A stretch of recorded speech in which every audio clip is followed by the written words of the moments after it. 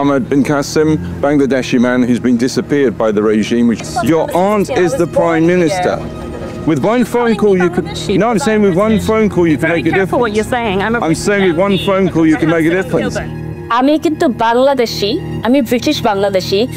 আজকে সবচেয়ে মনে পড়ছে আমার খালাকে, কারণ উনি আমাকে অনেক শিখিয়েছেন। তো একদিক দিয়ে আমার খালা আমার রোল মডেল ছিলেন।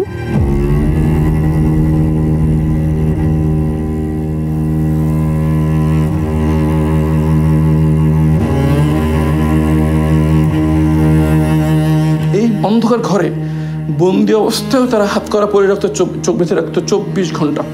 তখন আমি এটা কোনোমতেই মানতে পারছিলাম না। আমি বারবার বলতাম যে আমি তো বন্দি অবস্থায় আছি, দেয়ালের ভিতরে আছি, দরজা বন্ধ, এখানে কেন আমাকে চোখ বেঁধে রাখতে হবে, হাত করা পরে রাখতে হবে 24 ঘন্টা।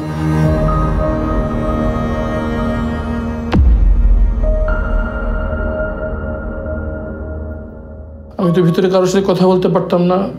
মনে হতো যে একটু কথা বলতে পারলে কত না ভালো লাগতো। তখন আমি ওই টিকটিকি পিঁপড়ার সাথে কথা বলতাম, মনটা একটু হালকা হতো আর কি, কথা বলতে পারতেছে একটা জীবন্ত কিছু একটার সাথে।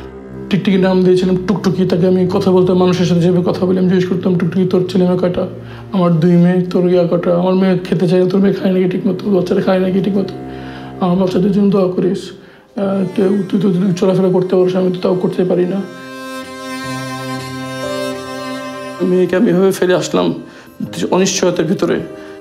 সে যদি জানতো যে আমি মারা গেছি তাহলে হয়তো সে অন্য সিদ্ধান্ত নিতে পারত। তার জন্য খুবই খারাপ লাগতো যে তার হক আমি তাকে দিতে পারিনি। সবচেয়ে বেশি কষ্ট লাগতো যখন বাচ্চাদের কথা মনে হতো আর কি।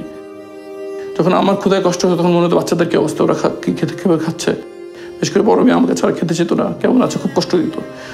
যখন আমার ঠান্ডায় কষ্ট হতো, আমার 2 মেয়ে আমার মধ্যে অ্যাজমা আছে, তো আমি ঠান্ডায় অবস্থা, তাদের কি অবস্থা। একই সঙ্গে আমার মনে হতো যে যদি আমার এরকম লাগছে নিশ্চয়ই আমার আম্মার কেমন লাগছে, যদি আমার খেতে কষ্ট লাগে তাহলে আমার আম্মার কেমন লাগতেছে, এটা খুব মনে হতো। মনে মনে আল্লাহকে দোয়া করতাম যে আম্মাকে যেন জানিয়ে দেন যে তার সন্তান জীবিত।